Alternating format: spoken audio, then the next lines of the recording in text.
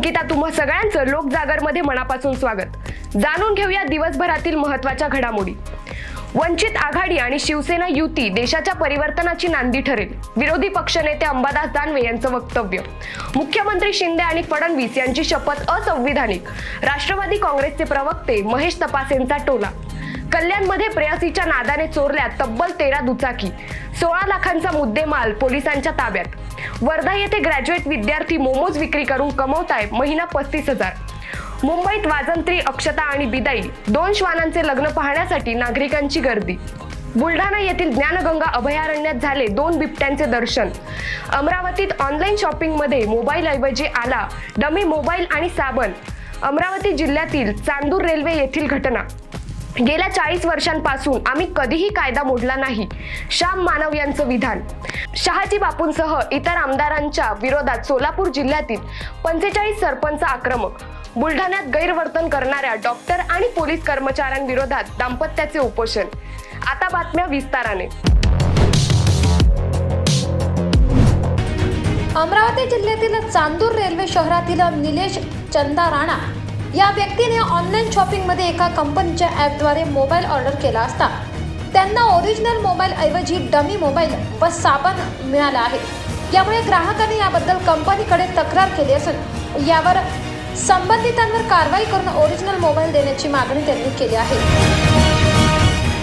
ॲमेझॉनवरून OnePlus कंपनीचा not 2T हा हँडसेट 29,000 रुपयात बुक केलेला होता। काल हा हँडसेट माझ्या हाती आला आणि याला खोलून पाहत असताना आता आढळलं की याच्यात मोबाईल गायब आहे आणि याच्यात एक रेडमीचा डमी फोन आणि 3 साबणं आहे। ही तक्रार ॲमेझॉनवर केली असता त्यांनी 29 तारीखपर्यंत थांबण्याची हे केली आहे आणि हे प्रॉडक्ट आपण 3-4 लोकांच्या समक्ष उघडला। त्यांनी स्वतः याचे साक्ष आहेत। याच्यात साबण आणि हे निघाला आहे 29 तारीख। तरी जनतेला विनंती आहे की ऑनलाईन खरेदी केल्यापेक्षा शॉपमध्ये जाऊन खरेदी करा। लोकजागर न्यूज अमरावती।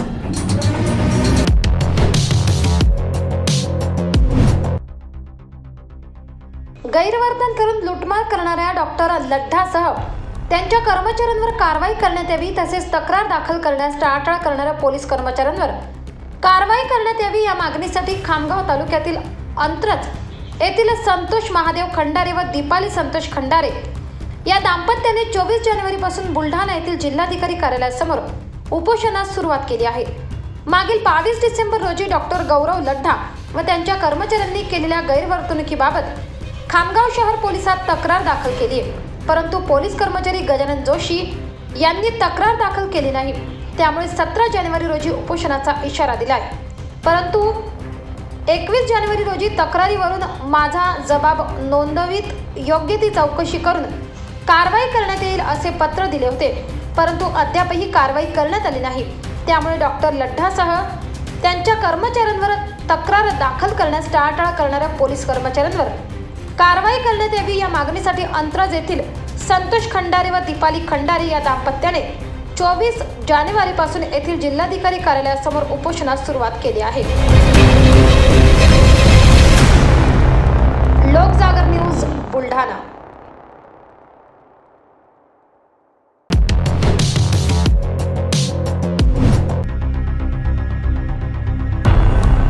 कल्याण डोंबिवली शहरात दुचाकी चोरीच्या घटना या सातत्याने होत होत्या। त्या अनुषंगाने दाखल झालेल्या तक्रारीवरून कल्याण गुन्हे शाखा घटक 3चे वरिष्ठ पोलीस निरीक्षक किशोर शिरसाट यांच्या मार्गदर्शनाखाली सहाय्यक पोलीस उपनिरीक्षक मोहन कळमकर यांच्या पथकाने सदर ठिकाणावरील CCTV फुटेज तपासत आरोपीचा शोध सुरू केला। यातील आरोपी कोळेगाव मानपाडा या ठिकाणी येणार असल्याची गुप्त माहिती कल्याण गुन्हे शाखा घटक 3च्या पोलिसांना मिळाली असता पोलीस अंमलदार गुरुनाथ जरग, पोलीस हवालदार अनुप कामत, विनोद चन्ने यांनी सदर ठिकाणी सापळा रचत शुभम पवार या 19 वर्षीय आरोपीला ताब्यात घेतले। त्यांच्याकडे चौकशी केली असता त्यांनी मागील 2 वर्षात 13 दुचाकी चोरल्या असल्याचे कबूल केले। पोलिसांनी 16,05,000 किमतीच्या 13 दुचाकी विविध शहरातून हस्तगत केल्या असून विविध पोलीस ठाण्यातील 13 गुन्हे उघडकीस आणले आहेत। तसेच आरोपी शुभम पवार हा प्रेयसीवर पैसे खर्च करण्यासाठी महागातील गाड्या चोरून विकत असल्याचे पोलीस तपासात उघड झाले आहे. MFC पोलीस स्टेशन आपल्याकडे तिथे बुलेट चोरीचा गुन्हा दाखल झाला होता. त्या गुन्ह्याचा तपास करत असताना आमच्या युनिटला पण त्याची माहिती आली आणि आमच्या युनिटवाल्यांनी त्याच्यात टेक्निकल तपास केला. तपासामध्ये आम्हाला एक आरोपी मिळून आला. त्याचं नाव आहे शुभम पवार. त्याला ताब्यात घेतलं. त्याच्या ताब्यात घेऊन त्याच्याकडनं आपण 13 मोटरसायकल जप्त केले आहेत. त्यांनी इथून मोटरसायकल चोरायचा आणि लातूर, पुणे, सोलापूर, निलंगा या ठिकाणी विकायचा तो. त्याला आपल्या टीमनं ह्या सगळ्या मोटरसायकल त्या ठिकाणी जाऊन जप्त केलेल्या आहेत आणि पूर्ण मोटरसायकलची एकूण किंमत होती 16,50,000 रुपये. असा मुद्देमाल पण जप्त केलेला आहे.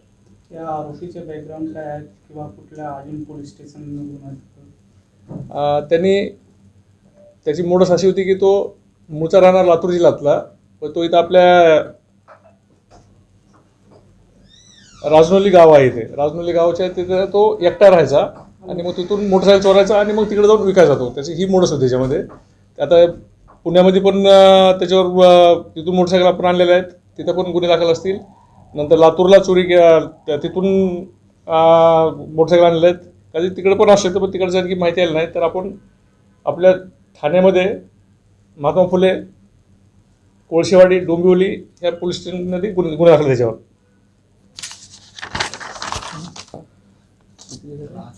पोलीस कस्टडी मिळेल त्याला.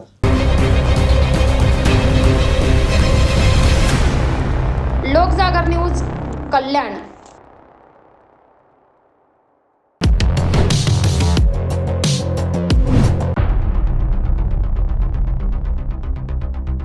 एकनाथ शिंदे आणि देवेंद्र फडणवीस यांना महाराष्ट्रात सरकार स्थापन करण्यासाठी कोणतेही पत्र अथवा निमंत्रण देण्यात आले नव्हते, अशी पुष्टीच राजभवनकडून नुकत्याच दिलेल्या माहिती अधिकारात समोर आली असून राज्यपालांनी शिंदे आणि फडणवीस यांना पदाची शपथ कशी दिली, ही शपथच असंविधानिक असल्याचा आरोप राष्ट्रवादी काँग्रेसचे राज्य मुख्य प्रवक्ते महेश तपासे यांनी केला आहे. एकीकडे सत्ता संघर्षाचा प्रश्न सर्वोच्च न्यायालयात सुरू आहे, तर दुसरीकडे एक धक्कादायक खुलासा माहिती अधिकारात राजभवनाकडून सरकार स्थापनेसाठी निमंत्रण दिले नसल्याचे समोर आले आहे. राज्यपाल भगतसिंग कोश्यारी यांनी अनेक वेळा विविध वादग्रस्त वक्तव्य करून वाद निर्माण केला आहे, तर दुसरीकडे महाविकास आघाडीने विधान परिषदेसाठी दिलेल्या 12 उमेदवारांच्या नावांना मंजुरी दिली नाही, याकडेही महेश तपासे यांनी लक्ष वेधले आहे. माहिती अधिकारात झालेल्या या नव्या खुलाशामुळे आता नवे प्रश्न निर्माण झाले असून आता राज्यपाल भगतसिंग कोश्यारी यांनी घटनात्मक भूमिका स्पष्ट करावी अशी मागणीही महेश तपासे यांनी केली आहे. महाराष्ट्राचे मुख्यमंत्री एकनाथ शिंदे, उपमुख्यमंत्री देवेंद्र फडणवीस यांना सरकार स्थापनेच्या संदर्भातलं कुठलंच निमंत्रण किंवा कुठलंच अधिकाराचं पत्र महाराष्ट्राचे राज्यपाल भगतसिंग कोश्यारी यांनी दिलं नव्हतं, अशी माहितीच्या अधिकारामध्ये समोर आलेली आहे. आता जर राजभवन महाराष्ट्राने जर देवेंद्र फडणवीसांना आणि एकनाथ शिंदेना सरकार स्थापनेचं निमंत्रणच दिलं नसेल, तर विधिमंडळाने किंवा विधिमंडळ सचिवालयाने अशा पद्धतीचं सरकार कसं स्थापन करून घेतलं, हा देखील एक संवैधानिक प्रश्न निर्माण होता. एकीकडे सरकारच्या संदर्भामध्ये अनेक प्रश्न आहेत, सुप्रीम कोर्टामध्ये वाद चालू आहे. तिकडेच राजभवन मुंबईतनं असा खुलासा माहितीच्या अधिकारामध्ये आला की कुठल्या पद्धतीचं पत्र उपमुख्यमंत्री देवेंद्र फडणवीस आणि मुख्यमंत्री एकनाथ शिंदे यांना सरकार स्थापनेबाबत दिलं गेलेलं नाही. अशा परिस्थितीमध्ये ह्या शिंदे फडणवीस सरकारचं संवैधानिक अस्तित्व काय, याचा खुलासा महाराष्ट्राचे राज्यपाल भगतसिंग कोश्यारी यांनी करावा. लोकजागर न्यूज, मुंबई.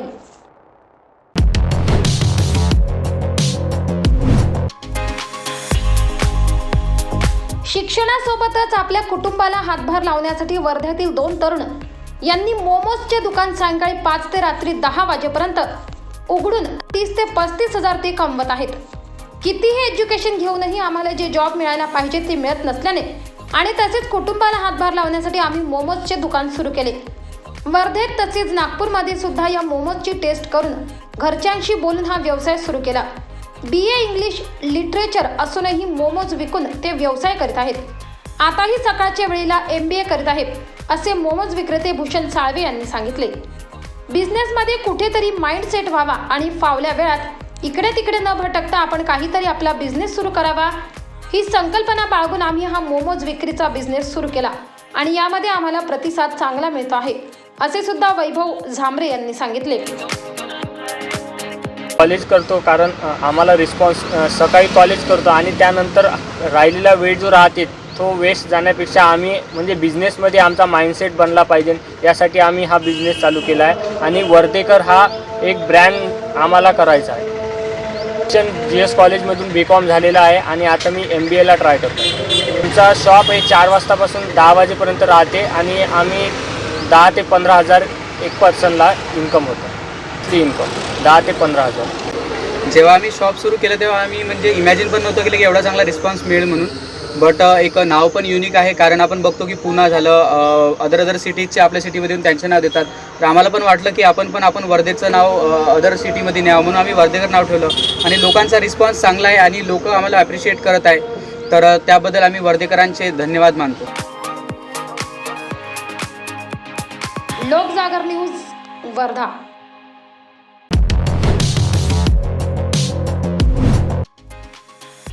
काल वंचित बहुजन आघाडी आणि शिवसेना यांच्यात युती झाल्यानंतर राज्यात अनेक ठिकाणी दोन्ही पक्षांच्या कार्यकर्त्यांकडून जल्लोष केला जात आहे.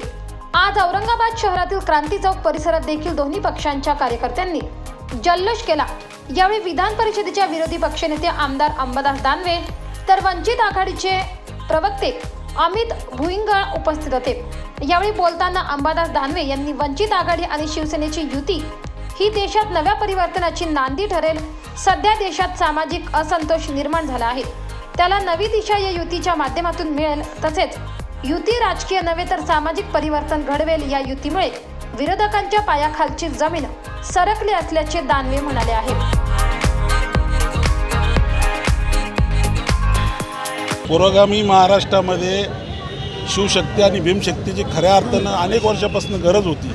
ती काल माननीय बाळासाहेब आंबेडकर, शिवसेना प्रमुख उद्धवसाहेब ठाकरे यांनी ज्यावेळेस युतीची जी घोषणा केली त्यानंतर सर्वसामान्य माणसामध्ये इतका उत्साह आणि इतके लोक खुश झाले की या ठिकाणी एक परिवर्तन या महाराष्ट्रामध्ये एक पर्याय म्हणून या युतीकडे बघितल्या जाते. याच्यापूर्वी या ठिकाणी महाराष्ट्रामध्ये पर्याय नव्हता. आपण बघितलं आहे महाराष्ट्रामध्ये आणि देशामध्ये काय परिस्थिती आहे.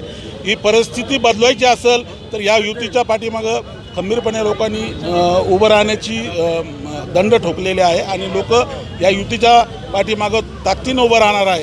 आणि युतीची घोषणा झाल्या प्रत्येक शेकडो लोक येऊन आम्हाला भेटले आणि तुम्ही खूप चांगला निर्णय आदरणीय बाळासाहेब आंबेडकरांनी उद्धवसाहेब ठाकरेंनी घेतलेला आहे आणि आम्ही सर्वजण तुमच्या पाठीशी आहे आणि त्याच्यासाठी आम्ही आज या ठिकाणी जल्लोष साजरा करतो. जागा वाटपासंदर्भामध्ये MIM-कडून नाराजी पाहायला मिळाली होती, त्यानंतर असं इथं नाराजी होईल का पुढं? नाही, आता तो वरिष्ठ लेवलचा विषय आहे. आपण बघू पुढं काय होतं ते आपल्याला बघायला मिळेल. सर्व तोटा याविषयी विचार करत नाही.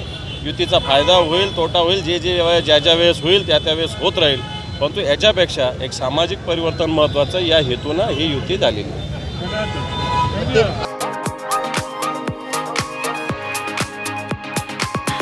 लोकजागर न्यूज औरंगाबाद.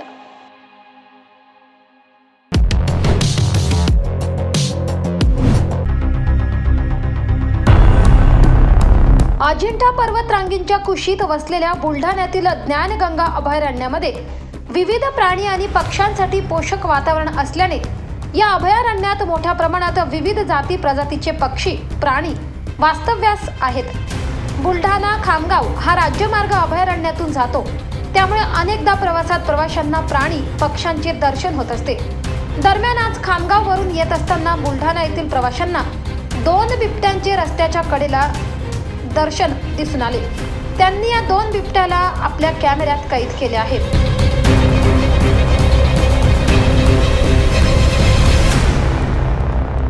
लोकजागर न्यूज बुलढाणा.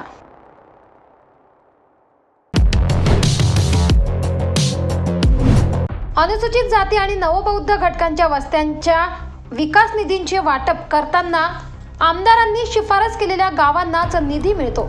निधी वाटपात आमदार शहाजी बापूंसह इतर आमदारांचा हस्तक्षेप होत असल्याचा आरोप सांगोला तालुक्यातील 45 सरपंचांनी केला आहे. शेतकरी कामगार पक्षाचे सांगोल्यातील 45 सरपंच हे जिल्हा परिषदेत आले होते. त्यांनी अतिरिक्त मुख्य कार्यकारी अधिकारी संदीप कोहिनकर यांची भेट घेत आपली विकास कामासाठी निधी मिळत नसल्याचा आरोप केला आहे. संदीप कोहिनकर यांनी सरपंचांचे म्हणणे ऐकून घेतले. त्यांच्या मागणीसंबंधी समाज कल्याण अधिकारी सुनील खामितकर यांच्याशी चर्चा करून निर्णय घेऊ असे सांगितले. विकास कामांसाठी स्थळ निश्चित करण्याचे अधिकार विषय समिती, स्थायी समिती आणि जिल्हा परिषद सर्वसाधारण सभेस आहेत. सध्या प्रशासक नियुक्त असल्याने त्यांच्याकडून न्यायाची अपेक्षा करणे काही गैर नाही. ग्रामपंचायतीने अनुसूचित जाती वस्तींमधील विकास कामांसंदर्भात केलेला ठराव ग्राह्य का धरला जात नाही असाही प्रश्न यावेळी उपस्थित करण्यात आला. आमच्या मागणं जी आहे आमच्या निवेदनामध्ये की दलित वस्तीला पहिला फंड दिलेला आहे, अजून त्याला किती देणं आवश्यक आहे, तोच फंड त्या गावाला मिळाला पाहिजे. गाव कोणत्याही राजकीय पक्षाचा असो, पण पहिल्या गावाचा सगळा कोटा पूर्ण करून पुन्हा त्याला जर तुम्ही 30 लाख रुपये देणार असेल तर त्याला आमचा म्हणजे निधी देताना राजकीय तंत्राचा वापर करून दबाव तंत्र वापर आमदारांच्या याद्या ग्राह्य धरले जातात आणि असं काय आहे काय? हो का, आपण आमदारांची यादी ग्राह्य धरू नये त्या मताचा मी नाही, परंतु आमदारांची यादी ग्राह्यच नाही. कुठल्याही कामाची मंजुरी देताना निधी देण्याचं ज्यांच्या हातात आहे त्यांना काम सुचवायचं त्याच्या हातात आहे. आपल्या सभागृहामध्ये तुम्ही असताना जिल्हा परिषद सदस्य मोठा का आमदार मोठा चर्चा आपली झालेली आहे. त्यांनी पैसे द्यायचे, स्थान निश्चिती करायची जिल्हा परिषदने. आमदार काय स्थान निश्चिती करायला येत नाही.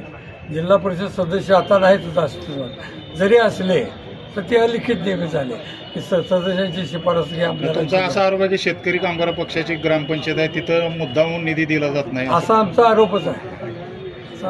आणि मी आता जे निघताना सांगितलं की जर असं घडलं तर शेका पक्षाला ह्या जिल्हा परिषदेच्या सभागृहाने चांगलं बघितलेलं आहे. त्यांनी जर तसं करायचं ठरवलं तर त्याला आम्ही कमी नाही सांगू. दलित वस्तीच्या निधीबाबत काय मागणी केली? दलित वस्तीचा निधी नियमाप्रमाणे वंचित गावांना पहिल्यांदा मिळाला पाहिजे आणि 1 ते 76 गावं पूर्ण झाल्यानंतर पुन्हा 1 नंबरपासून सुरुवात झाली पाहिजे. मध्ये आधी निधी ज्यादा दिला तर ते आम्ही सहन करणार नाही. ॲडिशनल सी ओ साहेबांनी सांगितलेलं आहे की आम्ही सी ओ साहेबांसोबत बोलतो आणि संबंधित प्रशासकीय अधिकाऱ्यांसोबत बोलतो आणि ज्यावेळेस फायनल यादी तयार होईल त्याच्या अगोदर आमचं शिष्टमंडळ येऊन सी ओ साहेबांशी भेटेल आणि त्यानंतर निश्चित होईल. जर पारदर्शक कारभार कायद्यानुसार नाही झाला तर आम्ही रस्त्यावर उतरून आंदोलनाची तयारी केलेली आहे. ओके. लोकजागर न्यूज सोलापूर.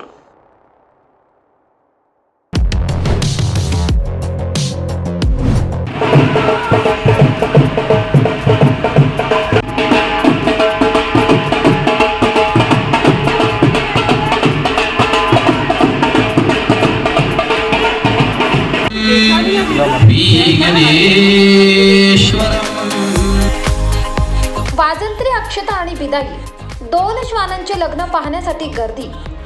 आजपर्यंत तुम्ही अनेक लग्न समारंभ बघितले असतील, मात्र कधी कुत्रा आणि कुत्रीचं लग्न बघितलं आहे का?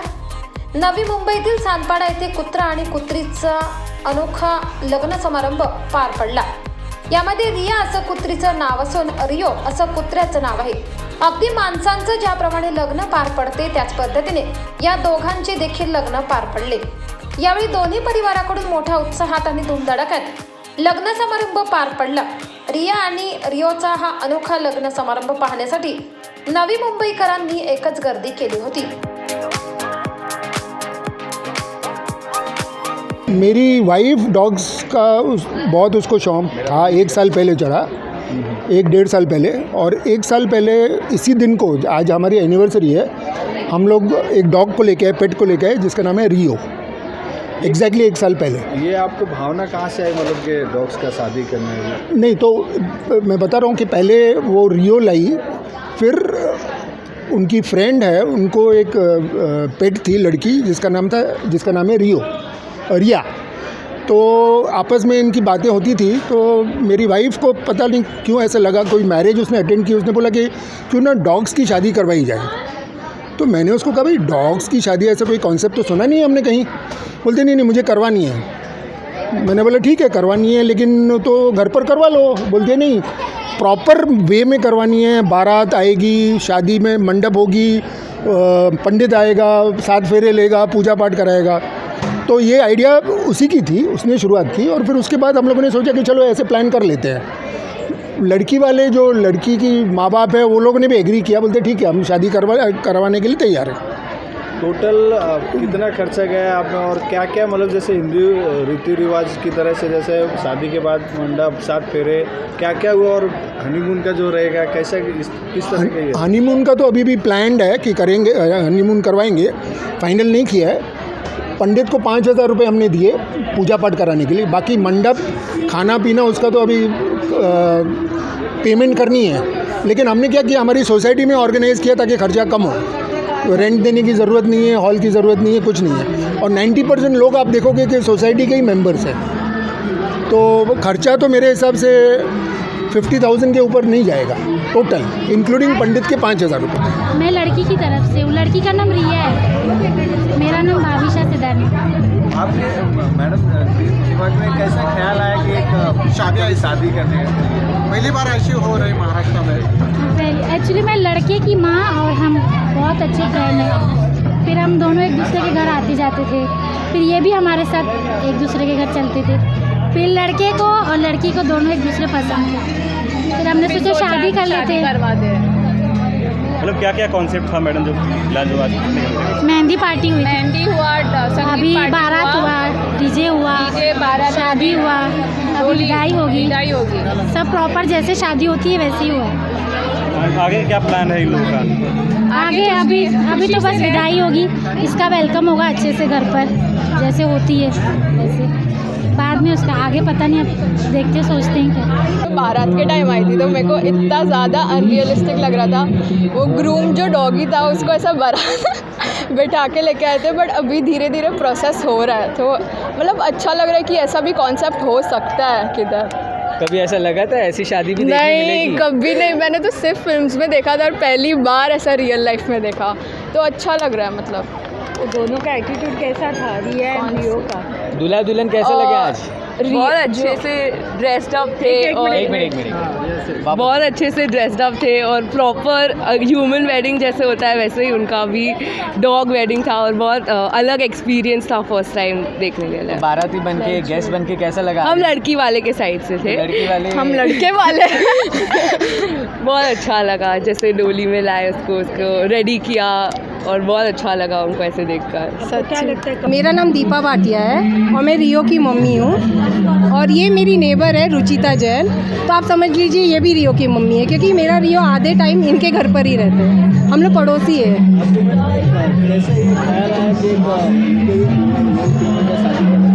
एक्चुअली बहुत अच्छा क्वेश्चन पूछा आपने। जब मैंने इसको लाया था तब शादी करना, इसके लिए इसको मेट करवाना किसी फीमेल के साथ, ऐसा मेरा कोई भी प्लान नहीं था। मुझे उसका मीनिंग भी नहीं पता था।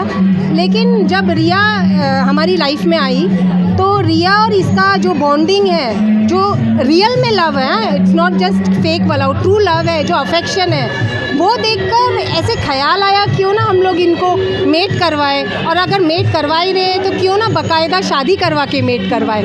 तो मेटिंग की आइडिया आई, फिर हमने सोचा हम प्रॉपर वे में इनकी शादी करवा के फिर इनको मेट करवाएं। इनके एनिवर्सरी तभी आया हो, और डेट भी 24 जनवरी हमने इसलिए डिसाइड किया क्योंकि 24 जनवरी था जब हमने इनके थ्रू ही इसको घर लाया था, और 24 को मेरे और मेरे हस्बैंड की भी एनिवर्सरी है, और उनके हस्बैंड ने वो क्यों गिफ्ट दिया है वो, तो इसलिए हमने आज डिसाइड किया कि ये तारीख को इनकी शादी करें। एक्चुअली एडल्ट्स के हिसाब से ये लोग एकदम परफेक्ट वेडिंग एज के आ गए हैं। ये डॉग के एज में 1 ईयर है और फीमेल है 9 मंथ्स, जो पूरे फिजिकली डॉक्टर को पूछ के हमने डेट तय किया है। They are fit to get married and get children. अभी प्लान तो यही है कि बस मैं दोनों को रखूँगी साथ में, फिर इनके बच्चे होंगे उनको भी रखूँगी, फिर देखते हैं। सबका सपोर्ट रहा, मेरे बिल्डिंग वालों का जैसे अभी आज सपोर्ट किया है बहुत ज़्यादा। मतलब अगर मेरे अपार्टमेंट वाले मुझे सपोर्ट नहीं करते, मेरे जो क्लोज फ्रेंड्स हैं मुझे सपोर्ट नहीं करते, तो मैं इसका 1 इंच भी नहीं कर पाती। तो ऐसे ही मेरे अपार्टमेंट वालों ने मुझे सपोर्ट किया, तो हो सकता है इनके बच्चों की भी मैं शादी करूँ। लोक जागर न्यूज मुंबई।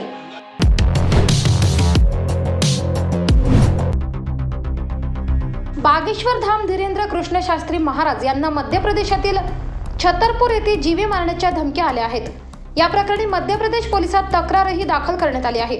आम्ही नेहमीच बाबाचे रहस्य उलगडले आणि मग त्यांचेच भक्त त्या बाबांना जीवे मारण्याचा प्रयत्न करतात.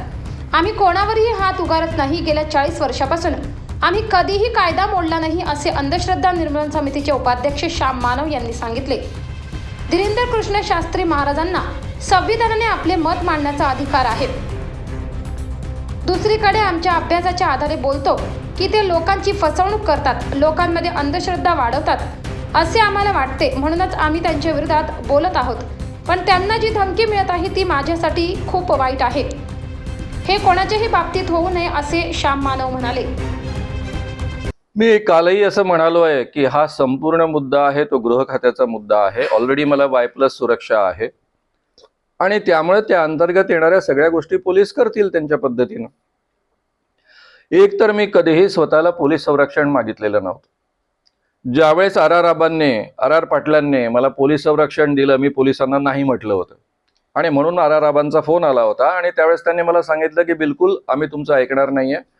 हे शासनातर्फे तुम्हाला कंपल्सरी पोलीस प्रोटेक्शन दिलं जातं आहे. आधीच आम्ही एक माणूस गमावला, आम्हाला दुसरा माणूस गमवायचा नाही आहे आणि इतके वर्ष आम्ही तुम्हाला सहकार्य केलं तर तुम्ही नाही कसं काय म्हणता. आणि तेव्हापासून मी कधीही याबाबत मला प्रोटेक्शन वाढवा याकरता कधी अर्ज केलेला नाही आहे, प्रोटेक्शन द्या याकरता कधी अर्ज केलेला नाही आहे. मधल्या काळामध्ये जेव्हा पद्धतीची सुरक्षा होती त्यावेळेस स्वतः अजितदादांनी देवेंद्र फडणवीस मुख्यमंत्री असताना त्यांना भेटून विनंती केली होती आणि मग त्याचं Y+ झालेलं होतं.